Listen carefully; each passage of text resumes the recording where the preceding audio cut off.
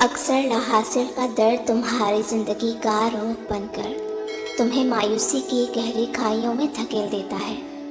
صبر کا بندھن ٹوٹ کر سوالات کی الجھنیں تمہیں بے صبرا بنا دیتی ہیں، اور پھر تم معاملے کی حقیقت کو نہ سمجھنے کی وجہ سے شک میں پڑ جاتے ہو، اور تم جان نہیں پاتے کہ جن چیزوں کے حصول کے لیے تم دن رات دعائیں کر رہے ہو، تہجد کے سجدے میں روتے ہو، گڑ گڑاتے ہو، رب کو منانے کے لیے آنسو بہاتے ہو، اور اپنی من پسند چیز حاصل کرنے کے لیے ہر ممکن تدبیر کر لیتے ہو، مگر پھر بھی خالی ہاتھ رہ جاتے ہو۔ سنو، اللہ تعالیٰ خود تم سے مخاطب ہے، دل شکستہ نہ ہو اور نہ ہی غم کرو، اللہ ساری باتیں سنتا ہے اور نہایت باخبر ہے۔ اصل حقیقت یہ ہے کہ زمین و آسمان کی تمام موجودات اس کی ملک ہیں، اور جس بات کا وہ فیصلہ کرتا ہے اس کے لیے وہ بس حکم دیتا ہے، ہو جا، اور وہ ہو جاتی ہے۔ میں جانتی ہوں کہ کچھ چیزیں ہماری مرضی سے ہٹ کر ہو رہی ہوتی ہیں، کچھ جھیلنا پڑ جاتا ہے تو کچھ چھوڑنا پڑ جاتا ہے۔ زندگی میں اکثر تو موو آن کرنا بھی بہت مشکل ہو جاتا ہے، پر یاد رکھو کہ زندگی میں ہونے والی کوئی بھی چیز کبھی بھی بے وجہ یا اتفاقاً نہیں ہوتی، کسی خاص مقصد کے تحت تم تک پہنچایا جاتا ہے۔ جان رکھو، ذرے ذرے کی پیدائش میں ایک گہری مقصدیت پائی جاتی ہے، ایک معرفت چھپی ہوتی ہے۔ اس کی مثال خضر علیہ السلام کے اس واقعے سے لیں کہ جب ایک بہترین اور خوبصورت کشتی میں سوراخ کر کے اس بے عیب کشتی کو عیب دار بنا دیا گیا۔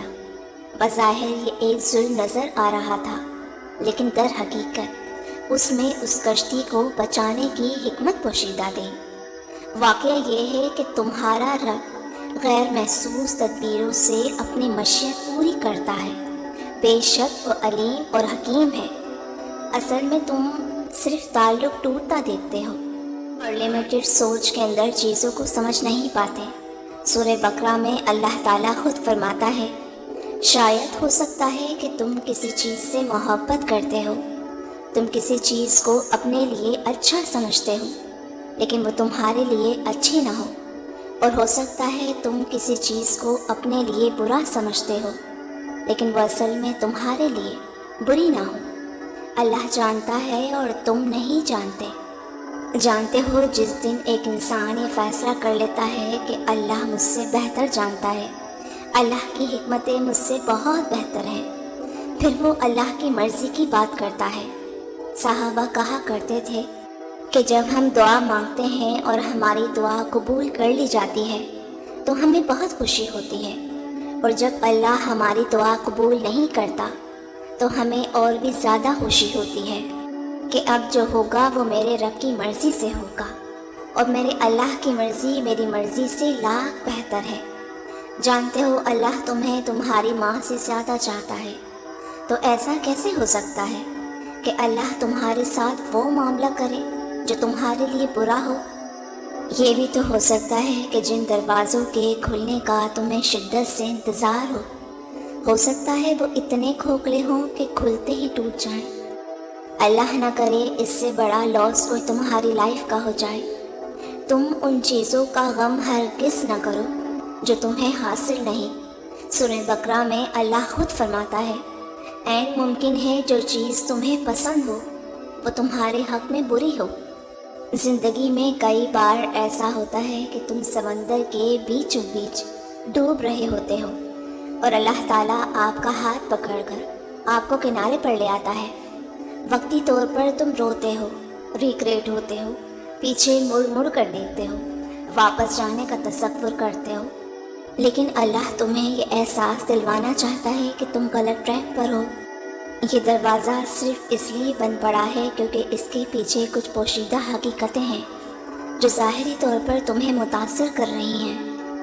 اللہ کی مصلحت اس وقت سمجھ نہیں آتی ہے، لیکن کچھ ہی وقت میں اس کی مصلحت کا پورا اندازہ ہو جاتا ہے۔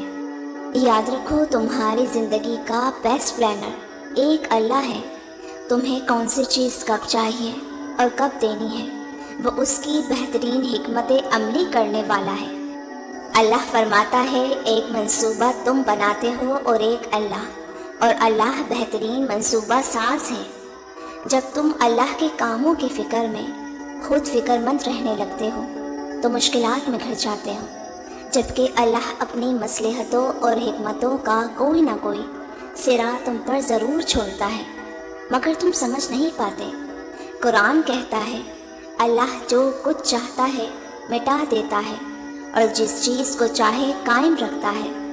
تم خود کو ہرگز ہلکان نہ کرو، وہ رب تو اتنا رحمان ہے کہ تم اپنے لیے صرف ایک قطرے کی خواہش رکھتے ہو، لیکن وہ تمہیں پورا سمندر عطا کرنا چاہتا ہے۔ بعض دفعہ کوئی شکست ایسی بھی ہوتی ہے جس کے دامن میں فتح سے زیادہ کامیابیاں چھپی ہوتی ہیں، اور کبھی کبھی سب سے خستہ حال راستہ سب سے خوبصورت منزل کی طرف جاتا ہے۔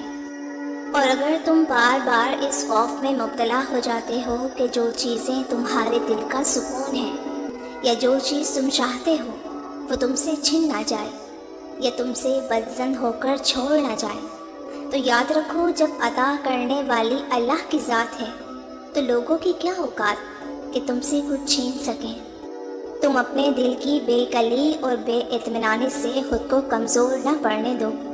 قرآن پاک میں اللہ فرماتا ہے اور اللہ جس چیز کو تمہارے قریب کر دے اس میں حکمت تلاش کرو، اور جس چیز کو تم سے دور کر دے اس پر صبر کرو۔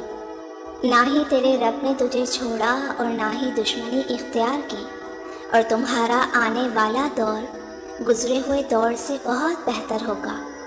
یقین رکھو وقت بدل جاتا ہے کیونکہ تبدیلی کائنات کا اصول ہے۔ سنو تم اپنے دل کے فیصلوں کا سارا اختیار اپنے رب کو دیا کرو، وہ تمہارے دل کی گہرائیوں سے بڑا واقف ہے۔ یاد رکھو جب تم کسی چیز کو بار بار اللہ سے مانگتے ہو اور اسے پانے کی تڑپ تمہیں تہجد تک لے آئے تو سمجھ جاؤ کہ تمہارے معاملے کا فیصلہ اور اللہ کی جانب سے مدد کا وقت بہت قریب آ گیا ہے۔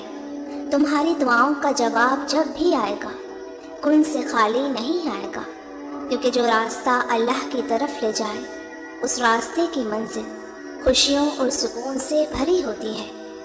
مطمئن ہو جاؤ تمہاری بار بار مانگی جانے والی دعائیں تمہارے رب کے پاس امانت ہیں۔ وہ رب چھوڑتا نہیں اپنے بندے کو اپنی رحمت سے خالی۔ تمہاری دعاؤں کی قبولیت میں معجزوں کی ندا ہوگی انشاءاللہ۔ ویورز، میری اس ویڈیو سے آپ کو کچھ بھی اچھا لگا ہو تو مجھے کامنٹ میں ضرور بتائیے گا، اور ویڈیو کو لائک کر کے چینل کو سبسکرائب بھی ضرور کیجیے گا۔ جزاک اللہ۔